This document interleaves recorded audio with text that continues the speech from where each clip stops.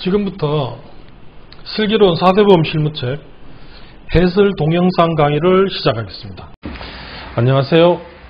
제27단원입니다. 27단원에서는 이제 실업급여와 관련된 얘기의 거의 종착역입니다. 이직확인서 작성 방법에 대해서 말씀드리겠습니다. 퇴직자가 구직급여를 받기 위해서 4가지 절차 필요하다고 말씀드렸죠. 신수, 구인 기억나시는지 모르겠습니다. 실업의 신고, 수급요건 판단, 구직활동, 실업의 인정의 절차를 밟게 되는데요. 수급요건의 판단과 관련해서 중요한 서류가 이직확인서입니다. 최근에 법률이 바뀌어서 이직근로자 또는 실업안정기관의 장이 사업주에게 발급 요청을 하면 이직확인서를 10일 내에 발급해 줘야 됩니다. 이를 위반할 경우 과태료가 부과될 수 있습니다. 이직확인서 안에 들어갈 내용은 간단하게 말씀드리면 수급요건 판단인데요. 피보험 단위기간이라고 기준기간 내에 180일의 유급일이 있어야 된다고 말씀드렸죠. 그 내용을 적는 단과 그 다음에 이직사유, 그 다음에 13가지 구직급여 인정사유 같은 것을 적게 됩니다. 물론 실업급여의 금액이 근로자에겐 중요한데요. 그 내용도 이직확인서에 평균임금과 관련된 내용으로 들어가게 되어 있습니다. 이직확인서와 관련된 이론적인 내용 잠깐 살펴보겠습니다. 실업급여 요건은 실업의 신고, 수급요건 판단, 구직활동, 실업의 인정, 신수, 구인의 절차로 갑니다. 이직확인서에는 어떤 내용이 들어가느냐 하면 구직급여의 수급요건이 되는 제보가 들어갑니다. 피보험 단위기간, 이직사유, 13가지 급여 인정 사유 등이죠. 등에는 이제 평균임금이라고 해서 실업급여를 얼마나 받을 수 있는지 금액적인 부분도 들어가게 됩니다. 실업급여는 이제 구직급여죠. 실업급여는 지체 없이 신고를 하셔야 됩니다. 근로자가. 이직 후 12개월까지만 실업급여가 지급이 돼서 그렇습니다. 어떤 근로자가 예컨대 240일 정도 실업급여를 받을 수 있는 사람이라 하더라도 이직한 이후에 10개월이 지나서 실업신고를 하게 되면 이 사람은 나머지 2개월밖에 받지 못하게 됩니다. 이직확인서와 관련돼서는 42조 사망의 내용이 근거 규정이 있습니다. 피보험 단위기간, 이직일 전 1일 소전 근로시간 등이라고 되어 있죠. 이직확인서 발급 요청을 했는데 발급해주지 않거나 거짓으로 작성하여 발급해버리면 300만원의 과태료가 부과됩니다. 대표자 그 밖에 종업원에게 부과가 됩니다. 실업급여 관련해서 이직 전 180일의 이제 피보험 단위기간, 그러니까 유급일이 있어야 되는데요. 예컨대 어떤 근로자가 A 사업장에서 40일, B 사업장에서 10일, C 사업장에서 140일 이런 식으로 띄엄띄엄 근무를 하게 되면 실업급여와 관련된 이제 비자발적 이직과 관련된 요건은 마지막 근무했던 사업장 퇴직시에 충족하면 됩니다. 어떤 내용이냐면 A 사업장에서 퇴사할 때는 사직서를 내고 자발적으로 이직을 했고요. B 사업장에서 퇴사할 때도 마찬가지였는데 C 사업장에서 최종 퇴사할 때는 그때는 이제 비자발적 이직의 요건을 갖추었다라고 하면 실업급여 요건을 갖추는 걸로 규정되어 있습니다. 그래서 이제 이직 전 사업의 사업주라고 하면 이직을 수차례 한 경우라면 최근 이직 전 사업주뿐만이 아니라 전전 사업주도 포함된다, 이런 내용이 되겠습니다. 일용 근로자들 같은 경우에는 이직확인서가 별도로 필요 없습니다. 근로내용 확인신고서를 제출하면 됩니다. 근로내용 확인신고서라고 하는 것은 다른 단원에서 말씀을 드렸는데 기억이 나시는지 모르겠지만 일용 근로자들이 입사를 한다든지 퇴사를 할 때 취득 상실 신고를 하게 되지 않습니까? 그럴 때 근로내용 확인 신고서를 제출하면 취득 상실 신고를 한 것과 같은 효과가 있습니다. 고용보험법에 보면 직업안정기관의 장이라는 표현이 자주 등장하는데요. 고용복지 플러스 센터장을 직업안정기관의 장이라고 알고 계시면 되겠습니다. 실업의 신고를 해놓으면 해당 내용에 대해서 고용복지 플러스 센터에서 해당 내용이 실업급여 요건이 되는지 관련해서 관련되는 서류를 제출을 요구할 수 있습니다. 그 관련된 내용은 7항의 근거 규정이 있습니다. 이어서 이직확인서 작성 사례를 보여드리겠습니다. 이직확인서는 특별한 게 아니라 구직급여 내역을 적는 것입니다. 사유가 되는지, 즉 이직 사유를 적고 그 다음은 이직 전 급여 내역을 적죠. 얼마를 실업급여로 지급할 것인지에 대한 내용입니다. 앞선 제1단원에서 4단원까지 노동법상 임금의 논리와 세법상 과세, 비과세 소득 논리가 있다는 말씀을 드렸습니다. 임금 대장을 보라고 말씀드렸죠. 보시면 좌측편은 근로자가 받는 임금 내역이죠. 여기에 시간의 수당 같은 게 들어가는데요. 시간의 수당을 지급할 때는 노동법의 임금의 논리가 녹아 있습니다. 우측편에는 지급한 금액에서 원천 징수하는 내역이 포함되어 있는데요. 이때는 세법의 논리가 적용됩니다. 그래서 원천 징수 시 기준이 되는 돈은 근로소득 중 비과세 소득을 제외한 소득이 기준이 됩니다. 4대 보험도 마찬가지죠.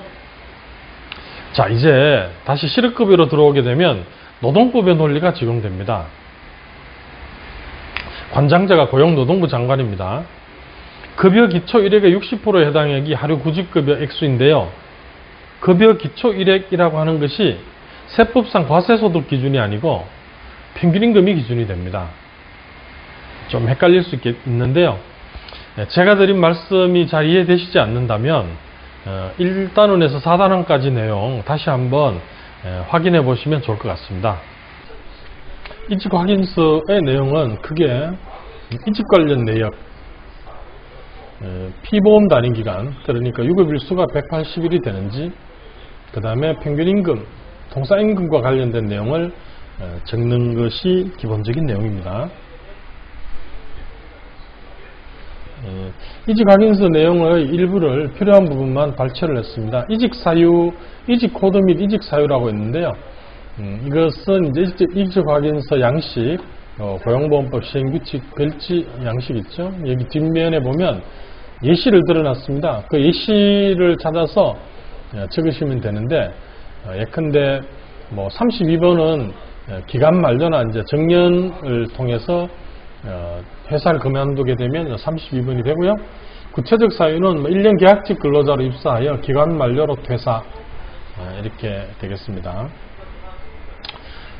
피보험 단위 기간, 산정 대상 기간 이렇게 되어 있는데요.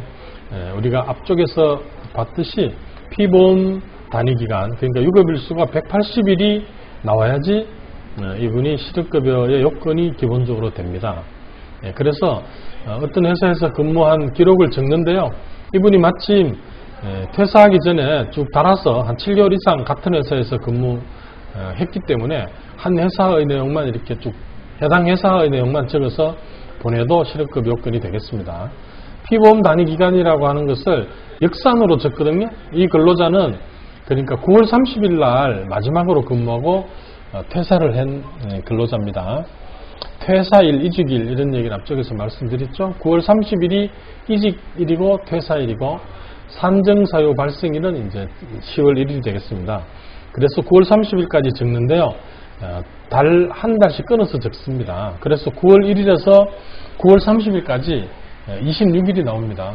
이것은 26일이 나오는지는 달력을 가지고 앞쪽에 설명을 드렸는데요. 토요일을 제외하니까 그렇습니다. 전체 30일 중에 토요일은 제외하고요. 9월달 같은 경우에 추석 연휴가 있는데 그때 공휴일에 관련해 가지고는 모두 유급으로 처리하는 회사다라고 하면 이렇게 적으시면 됩니다.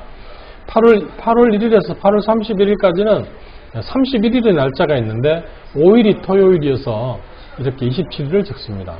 이런 식으로 쭉 역산해서 적다 보면 한 6개월 정도 적으면 우리가 이제 180일이라고 하니까 6개월만 근무하면 되는가 이렇게 생각하실 수 있는데 그렇게 생각하시면 안 된다고 말씀드렸죠. 최소한 7개월은 근무하셔야 됩니다.